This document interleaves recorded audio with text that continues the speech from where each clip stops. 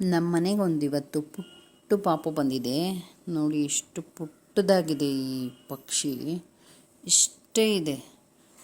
ಇದನ್ನು ನಮ್ಮ ಬೆಕ್ಕು ಬೆಳಗ್ಗೆನೇ ಹಿಡ್ಕೊಂಬಂದ್ಬಿಟ್ಟಿದ್ದಾನೆ. ಗಾಯ ಮಾಡಿದ್ದಾನೆ ನೋಡಿ, ಗಾಯ ಆಗಿದೆ, ಕಚ್ಚಿದ್ದಾನೆ. ಸೊ ಔಷಧಿ ಹಾಕಿ ಸ್ವಲ್ಪ ಹಾಲು ಕೊಟ್ಟಿದ್ದೀನಿ. ಕೈಯಲ್ಲೇ ಕುತ್ಕೊಂಡಿದ್ದಾನೆ, ಹುಷಾರಾಗಿದ್ದಾನೆ. ನೋಡಿ ಹೇಗಿದೆ. ಇದು ಹೆಸರೇನು ಅಂತ ಗೊತ್ತಿಲ್ಲ, ಬಟ್ ಕ್ಯೂಟಾಗಿ ಚೆನ್ನಾಗಿದ್ದಾನೆ.